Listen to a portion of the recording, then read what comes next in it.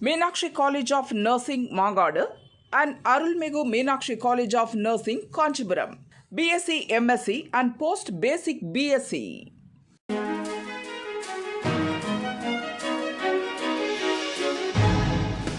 தட்டை, சீடை, முறுக்கு, ரிப்பன் போகடா, அதிரசம் என்ன வேணாலும் செய்யுங்க.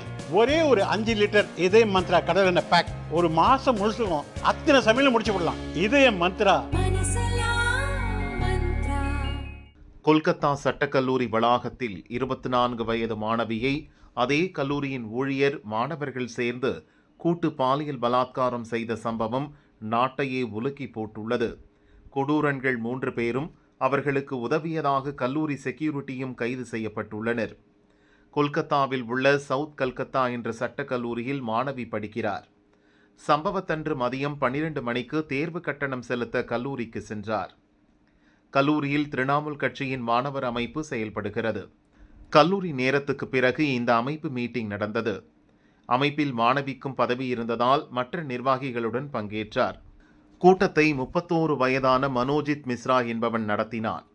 இவன்தான் மாணவியை சீரழித்த முக்கிய குற்றவாளி. இவன் மேற்கு வங்கத்தை ஆளும் திரிணாமுல் கட்சியில் இருந்தான். தெற்கு கொல்கத்தாவுக்கான மாணவர் அமைப்பின் பொதுச் செயலாளர் பதவி வகித்தான். சம்பவம் நடந்த அதே கல்லூரியில்தான் முன்பு படித்தான். கிரிமினல் வக்கீல் ஆனான். பின்னர் அதே கல்லூரியில் நான் டீச்சிங் அலுவலராக வேலைக்கு சேர்ந்தான். சம்பவத்தன்று மீட்டிங் முடிந்ததும் மற்ற மாணவர்கள் சென்று விட்டனர். மனோஜித் மிஸ்ராவும் அவனுக்கு நெருக்கமான மாணவர்கள் ஜயித் முகமது, பிரமித் முகர்ஜியும் மட்டும் இருந்தனர். அமைப்பு ரீதியாக பேச வேண்டும் என்று கூறி மாணவியையும் நிறுத்தி வைத்தனர். பின்னர் தன்னை திருமணம் செய்து கொள்ள வேண்டும் என்று மாணவியை கொடூரன் மனோஜித் மிஸ்ரா மிரட்டினான். வேறு ஒருவரை காதலிப்பதாக சொன்ன மாணவி கொடூரனை நிராகரித்தார். ஆத்திரமடைந்த மனோஜித் மிஸ்ரா மற்ற 2 பேரின் உதவியுடன் மாணவியை தாக்கி கொடூரமான முறையில் பலாத்காரம் செய்தான். மெயின் கேட்டை மூடிவிட்டு செக்யூரிட்டி ரூமுக்கு இழுத்து சென்று கொடூர காரியத்தை செய்திருந்தான். சம்பவத்தை வீடியோவும் எடுத்திருந்தனர். சம்பவம் தொடர்பாக தீவிர விசாரணை நடந்து வரும் நிலையில் மாணவியின் மெடிக்கல் ரிப்போர்ட் ஏற்கனவே வெளியானது. அதில் மாணவியின் உடலில் பல இடங்களில் நகைக்கீறல் இருப்பதும் கழுத்தில் கடித்த காயம் இருப்பதும் தெரியவந்தது. கொடூரன் வலுக்கட்டாயமாக உடலுறவு வைத்ததற்கான ஆதாரங்களும் மருத்துவ பரிசோதனையில் கிடைத்தன. இதற்கிடையே கொடூரனுக்கு நடந்த மருத்துவ பரிசோதனை முடிவுகள் இப்போது வெளியாகி அதிர்ச்சியை ஏற்படுத்தியுள்ளன. அவனது உடலிலும் பல இடங்களில் நகைக்கீறல் இருந்தது. அவனிடம் இருந்து தப்பிக்க மாணவி மிகப்பெரிய போராட்டமே நடத்தியதை இது காட்டுகிறது என்று மருத்துவ ரிப்போர்ட் சொன்னது. ஆனால் கொடூரன் மனோஜித் மிஸ்ராவின் வக்கீல் ராஜு கங்குலி பாதிக்கப்பட்ட மாணவி மீது திடுக்கிடும் பழியை சுமத்தியுள்ளார்.